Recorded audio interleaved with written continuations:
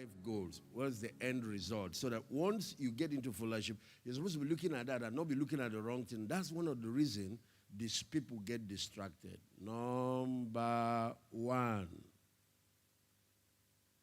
is succession, ultimately. So when that man is out, there will not be leadership gap on the earth. The purpose of God does not vanish to heaven. Does not vanish to heaven. Number 2 is the mantle, that power, that thing that makes that thing work.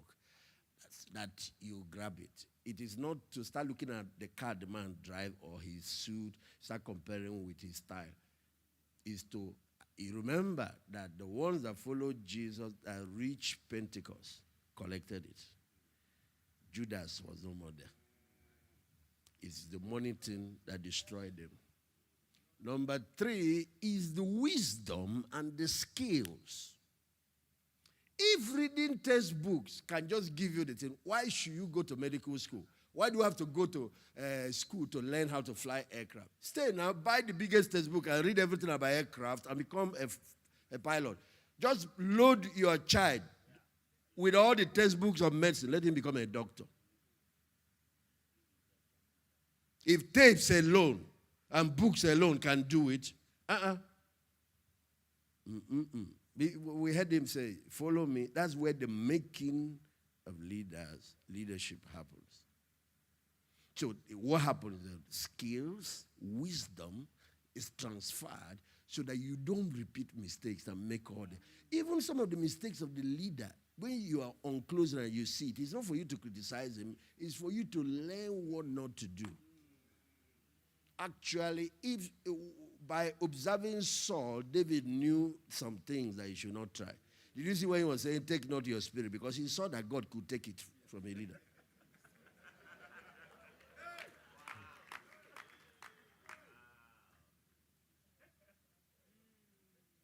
Okay, let me show you something now. Let me show you. Why is it that they say Solomon is the wisest man that ever lived? In a sense, you are saying he was wiser than David. He was not greater than David, but he did more exploits in certain areas, not in war, not in all that, than David. Jesus said we can do greater works. He doesn't say we are greater than him. So where was the foundation of Solomon's wisdom laid? Was it when the Holy God now told him, I'll give you wisdom? No. Proverbs chapter, I think it's chapter 4 from verse 1. Let me see if it's that place, My son, hear ye children. This is Solomon talking. So he's about to transfer something he got, and he's telling us how he got it. Hear ye children, the instruction of a father, and attend to no understanding. For I give you good doctrine, forsake ye not my law. Now watch the next verse.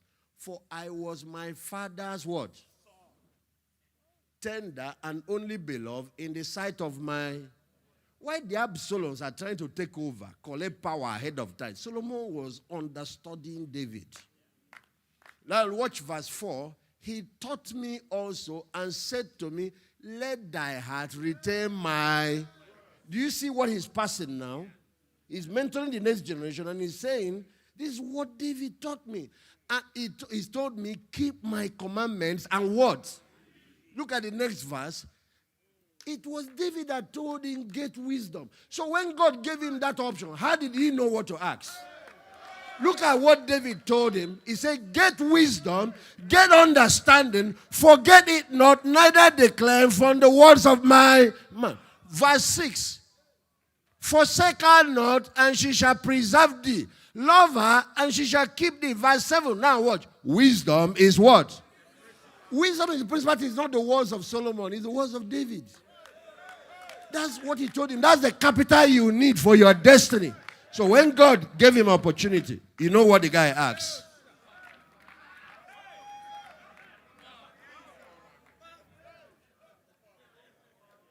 So because he didn't follow well, you're going to repeat a lot of mistakes, make so many, and at the end of the day, undermine your calling. You undermine it. Look at how Moses was struggling in administration until the father-in-law.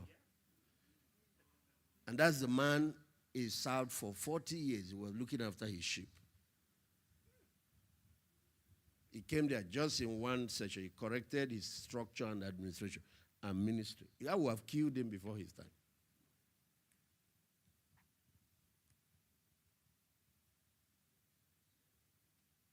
The fourth goal of followership is something that is so huge.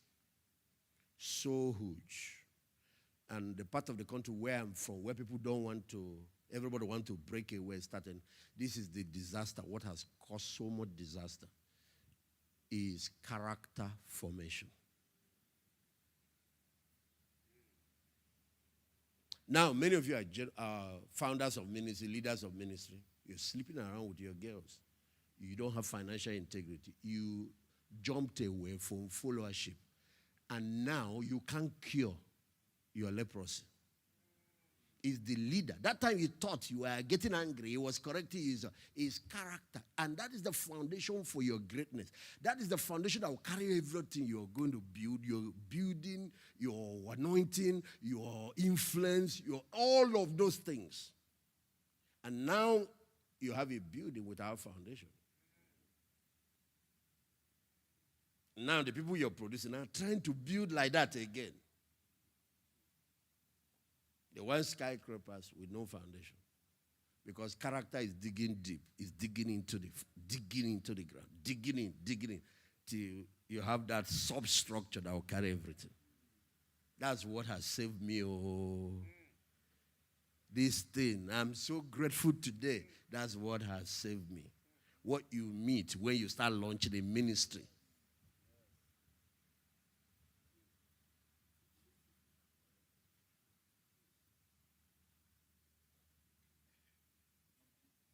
And the last goal is now your leadership.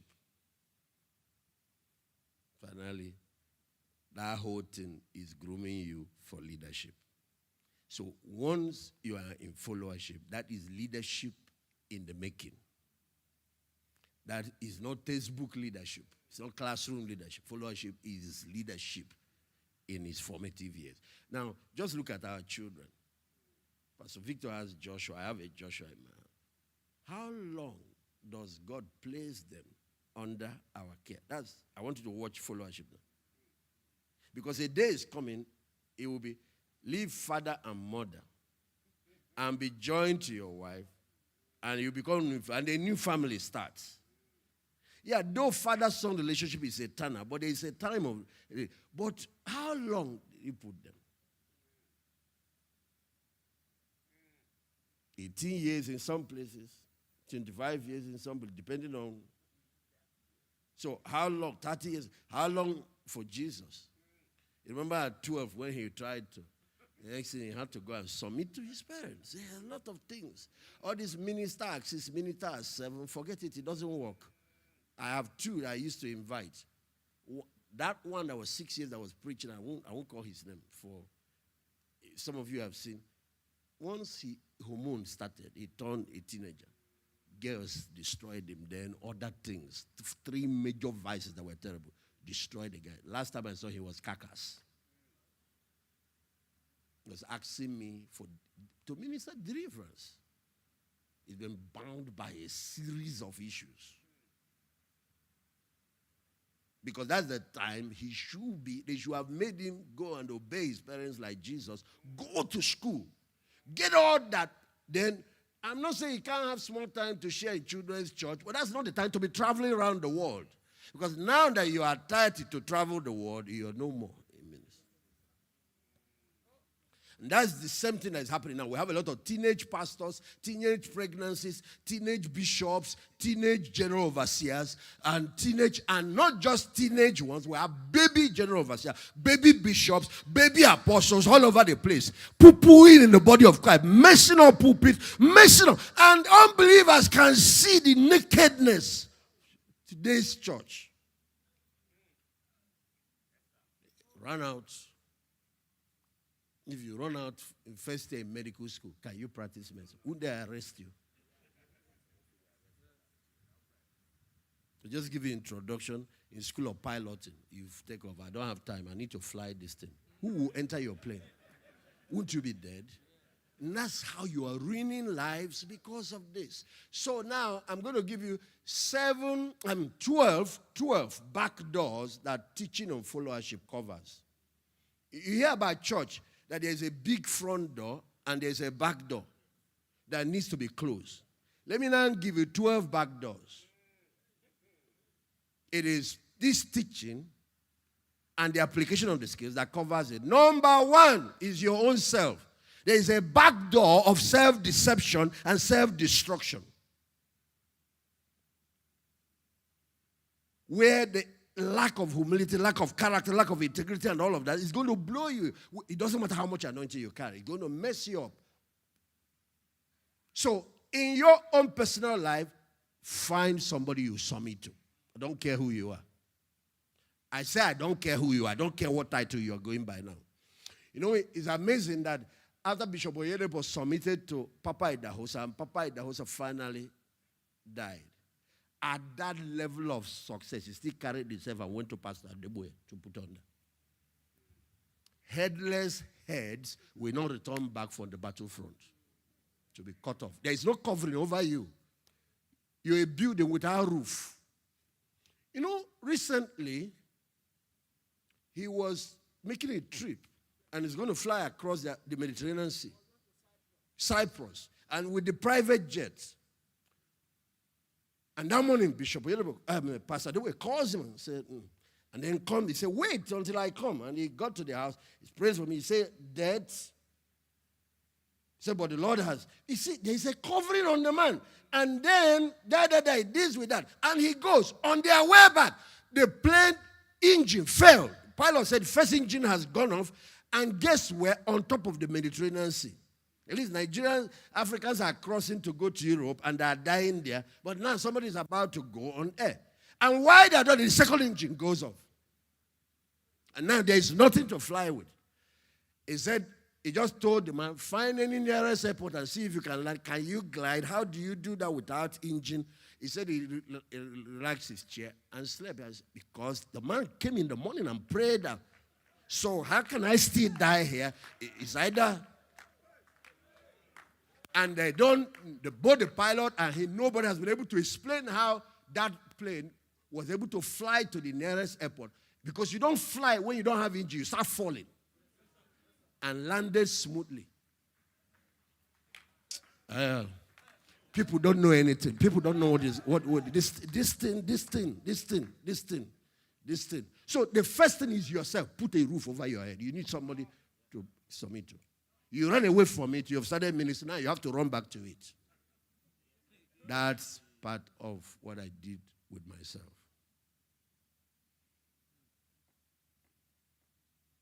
Can you imagine at 12, Jesus has already appeared to me. That's what started my... And then I started preaching, president of Student Christian Fellowship, all through my secondary school. Then moved to university, leadership. Now, come out.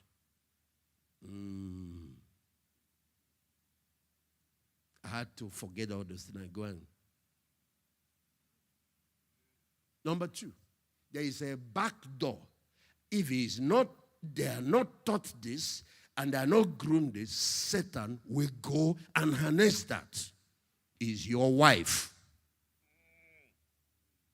I don't care. All these celebrity women of God you are creating is problem.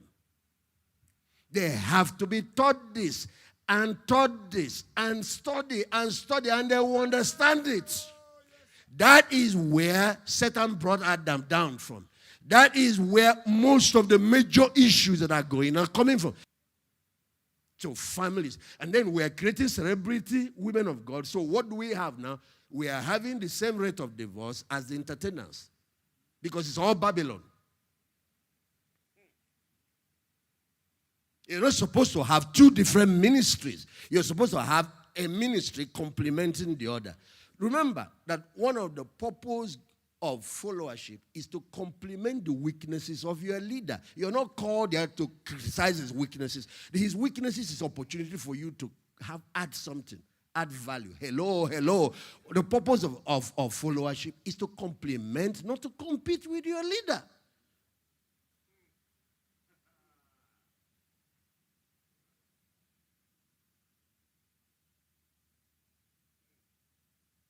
You see him, he's so strong in healing, so powerful, but weak in administration. You bring that to, that's part of what you are serving, helping to.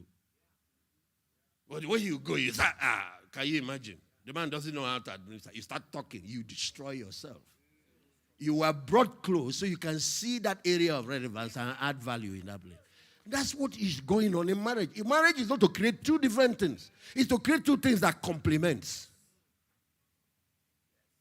It's one thing, but in two parts. A tire doesn't have a different ministry. His ministry is to hook up with that car. Because the car will not be rolling and moving, so it will be dragging. It's like head and neck. But now we create two different things and launch two, and then he pulls them apart and tears the neck from the head. That's what is going on. It's Babylon model. It's Jezebel.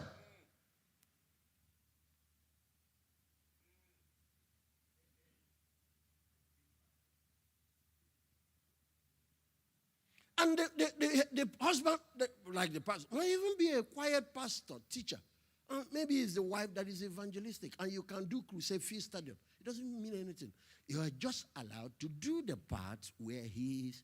That's how it is. And what a wife is to the husband is what we are to Jesus now. Okay. Let me tell you people something about Jesus and the work he did. Put up Colossians, where Paul said, I make up in my body what is lacking in the sufferings of Christ for his body. I said, oh my God, Paul, are you crazy? I think is it 124? Check. Colossians. I said, Paul, are you crazy? The finished work of Christ is finished. The man said it's finished. You said some things are lacking. Who may rejoice in my suffering for you. He's talking to Colossian church. And fill up that which is behind of the afflictions of Christ. Okay, we'll read another translation. That behind is things lacking. Things Jesus didn't do. In the afflictions of Christ, or the sufferings of Christ, for his body. I'm glad that I suffer for you in my body. For I'm participating in the sufferings of Christ that continue for his body, the church. Go back to the other one. Go back to the King James. I just wanted to show them. Now you rejoice in my suffering for you and fill up that which is behind of the afflictions of Christ in my flesh for his body's sake, which is the church. Now, I said, Lord, this is crazy verse in the Bible. What is the meaning? And I said, listen, the finished work of Christ is complete. It's finished. There's nothing you can add to it. When he said it's finished, it's finished. He said, but there is something. There is an unfinished work of Christ. I said, eh? He said, there is a finished work of Christ and the unfinished work of Christ. Every one of you write it down. I'm going to show you what the unfinished work of Christ is.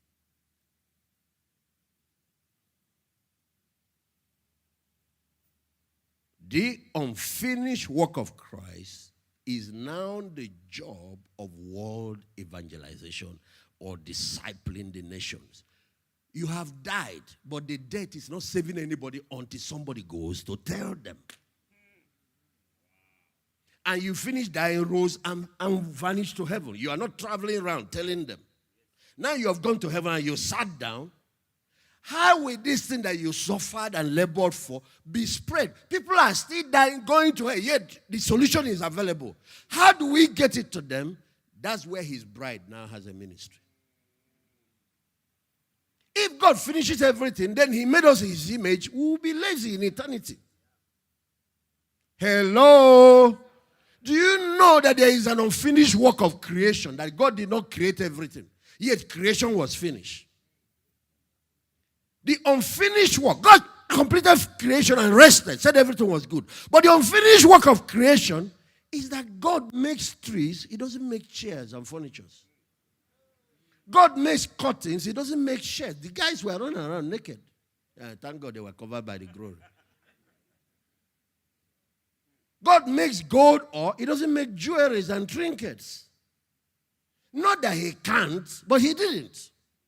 The reason is that he has made us in his image. We have to have something to contribute. Hey. If Jesus won the whole world, then there will be no crown for you. We will only be citizens. We can't rule with him. We won't have power with him. Hello! Look at this in the lab. One person, Ebola is killing people, like what happened in Africa. And a group of scientists research, risk their life, do all that, and they finally find a cure. And some of them probably died in the course of doing that research. Because even when they cure, they had to test it with people and be sure that it's working. And somebody even lost his life and all that. But finally, the cure has been produced. But people are still dying. Because there is another work. And that work is to now go and educate the communities and let them know there's cure for Ebola. Educate them on, first of all, how not to get it. But even when they get it, that there's cure. And not just to educate them, to administer that drug to everyone that has it and get themselves. That's now the role of the church. The role of Jesus is the one that paid the price, dealt with sin, defeated Satan, conquered evil, and rose again. But now his wife has a role. But now they don't have two separate ministries. It's the same mandate. Our part is to fill up what is lacking. That's why there is a fellowship of his suffering. What is this fellowship of his suffering? It might cost me that I won't be the CEO I wanted to be, just so I can go and burn my life for that village. It might cost me that I might not be as wealthy as I wanted to be. I have access to wealth, but I take away 80% of that money, use it to advance mission. It might be that I studied, I'm a professor. I could be sitting in the university teaching, but I chose to go and burn. It's called incarnational lifestyle. Incarnation is that the man was a prince born in glory, the only begotten Son of God, living in paradise. But he chose to come down here where the problems are, lived here among us, and lay down his life for us. That's what, when I pay whatever price, it might be 50% of my income. I could have built a big mansion, lived in a big, I decided to, so that I can see the Great Commission go. Maybe my children should have gone to Harvard. I choose to put them in a lesser school, use the extra money to finance mission. Whatever the suffering, whatever is the price I pay, not to go and die again on the cross, but to help get that message to the world that is dying. That's what Jesus will reward me. When he said, we suffer with him, we will reign with him.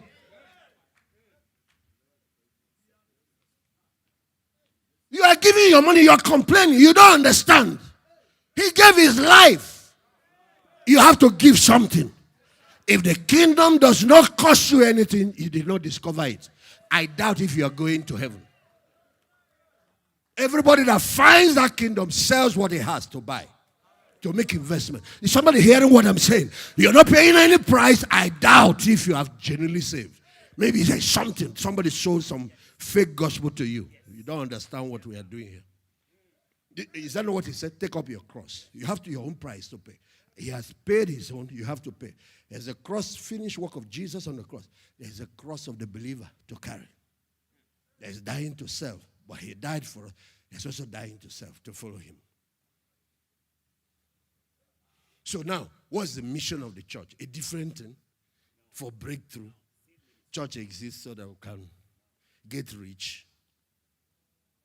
What's the mission of the church? The mission of the master. To finish what he started. That's the same thing with the wife. Is the man's helpmate.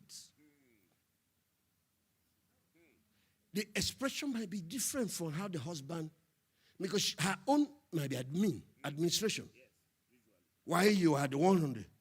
But whatever is the lacking thing, they complement so he becomes whole.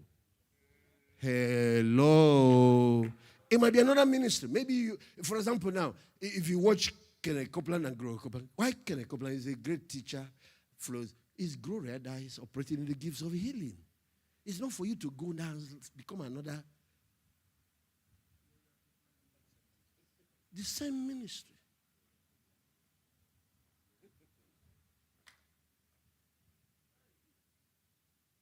launch Gloria Copeland Ministry. Next thing, the place have turned into two. Because nobody can talk to you again. That's why God brings you to a leader. So you can fill up what is lacking. You will see it. But what most people now do, when they see it, they turn it into murmuring, complaint, gossiping. But then God brought you there to feel it.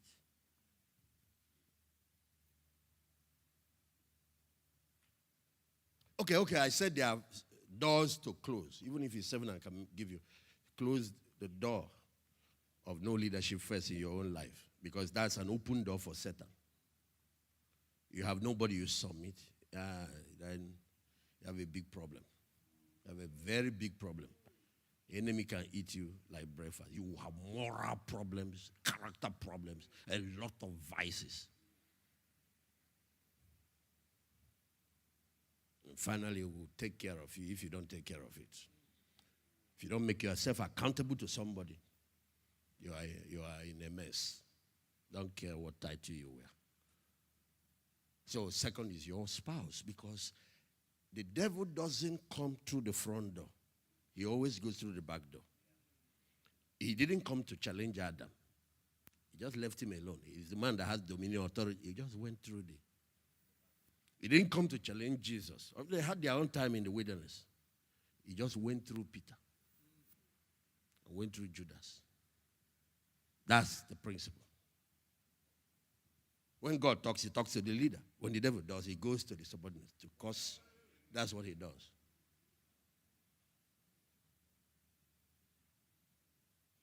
You know, for example, now, you are in Redeem ministry, and the Lord is talking to you about Redeem. It's not the Lord, it's Satan. When the Holy Spirit talks to you, he will talk to you about your personal life. If you have a role given to you, maybe a cell, he can talk to you about that cell. He can talk to you about your family. But if he starts talking to you about Redeem, it's Satan. You have no business. God talks to the head. Look at the functions of the head. Eyes, vision, nose, discernment, mouth. This is where communication is the head. See, hearing is in the head. Then they left the rest of the functions to the body. Decision, brain is in the head. It is now the toe that is now decision maker. Satan has come in.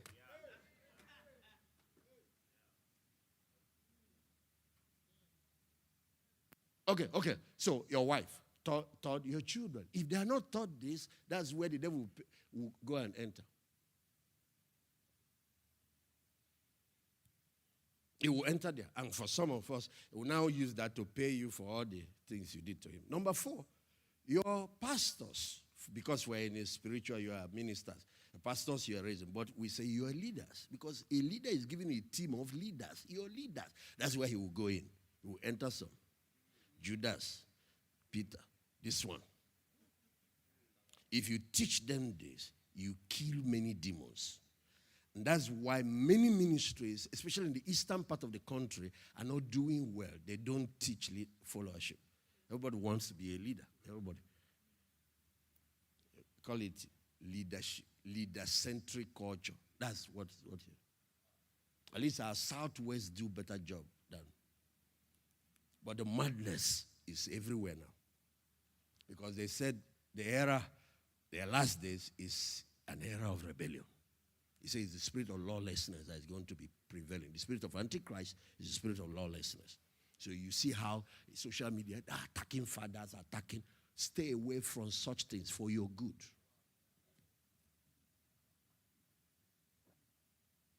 Your leaders. Then your intercessors. Get a group of people praying. Don't teach them this. Satan will enter there. I'm giving you guarantees. Get them, he will enter there. Your administrators.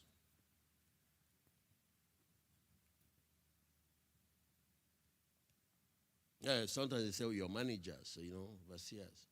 Yeah? Your cell leaders. But all of these ones are wonderful. Your worshippers and their worship leaders. Oh, it will enter. Talent. Who are these? They don't appreciate me here. These are,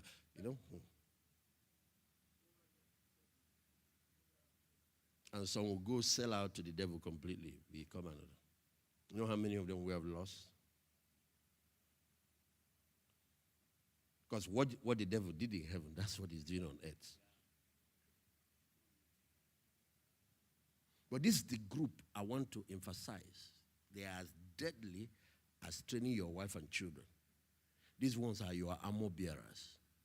For some reason, because they are giving access, because of their services, your PAs, your secretaries, your special assistants, and certain other whatever, your driver, your what, they are giving close access. So they're able to see nakedness.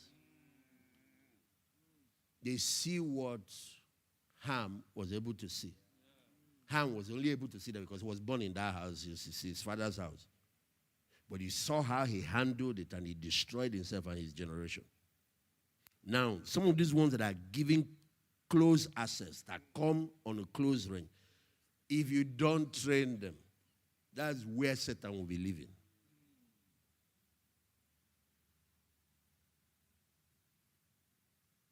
The reason you are given opportunity to see your leader's nakedness is so you can cover it. You go and uncover it for the rest of your life. You will be a naked man. Even God can cover you.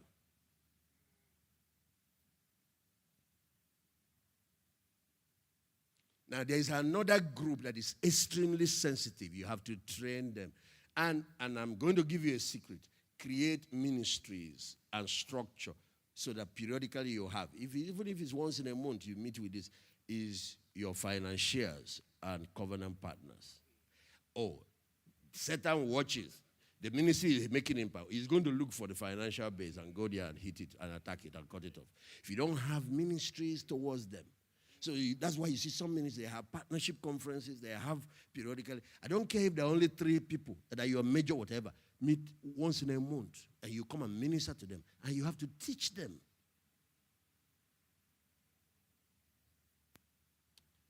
I can stop so we can do something. But ultimately, one group that if you must train with this is your members, your congregation. If you don't, that's how the front door will be bringing people, back door will be vanishing. And then what Satan succeeds in doing is creating a lot of Christians that are not disciples, that are not raised properly, that are, street children, vagabonds in the kingdom, fatherless children.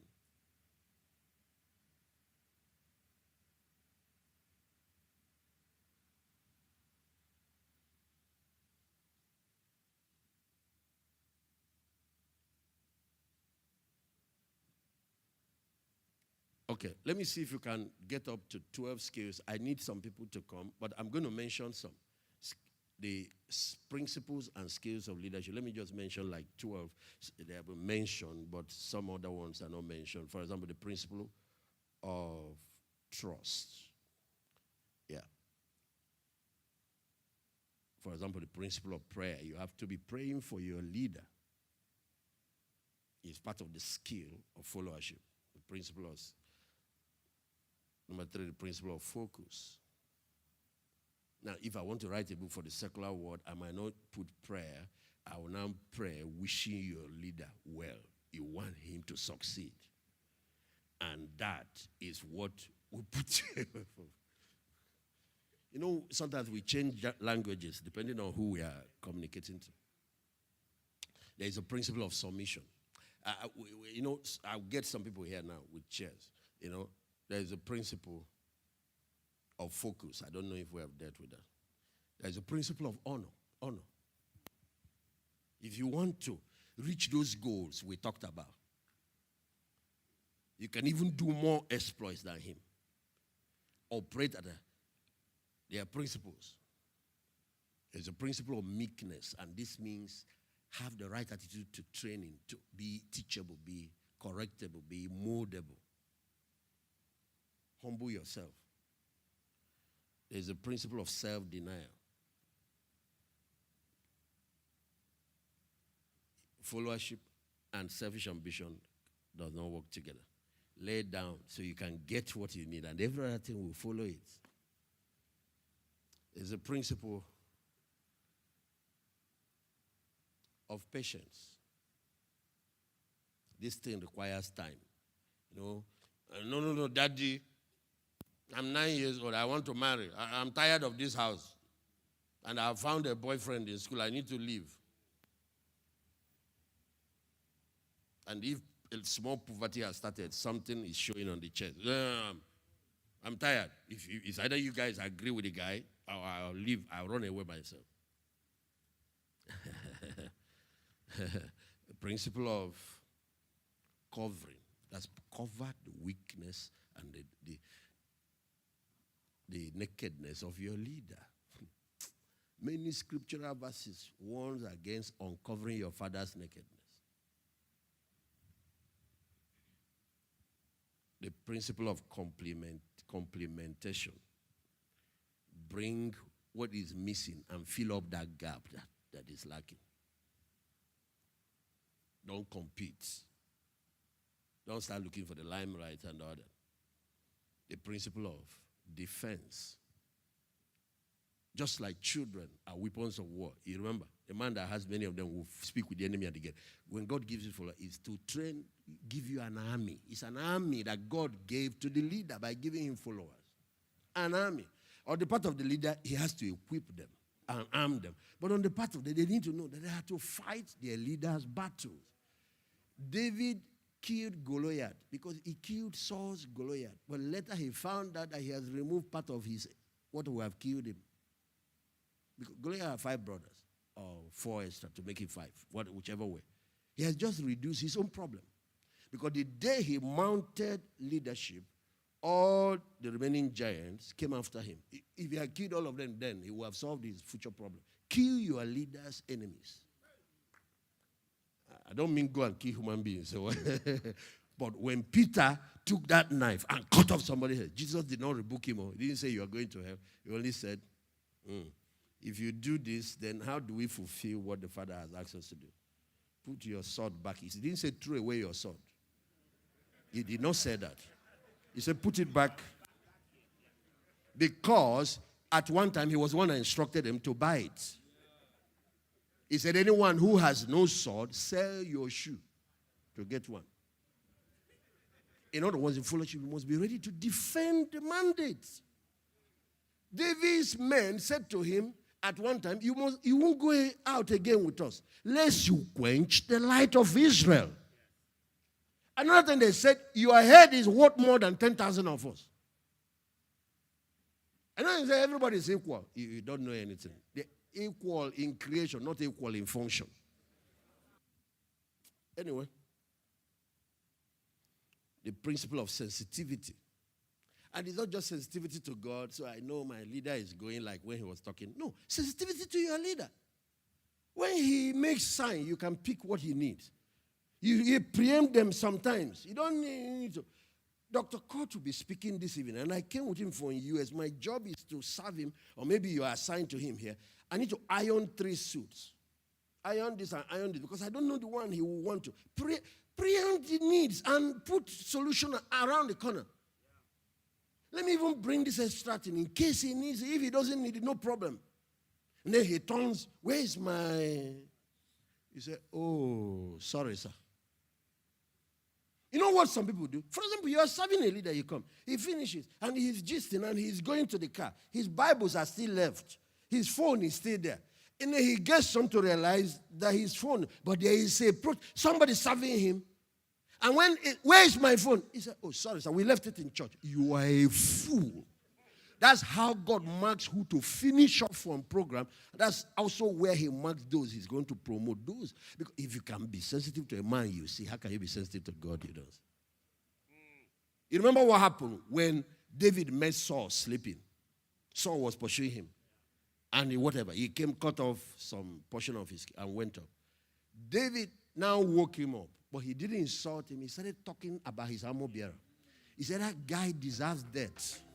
So you left your master. If your master is sleeping, you slept off too. He said, see your skirt. I came there and cut it. If I wanted to kill you like they were lying to you, see. The real dangerous person in your life is this guy. Sleeping beside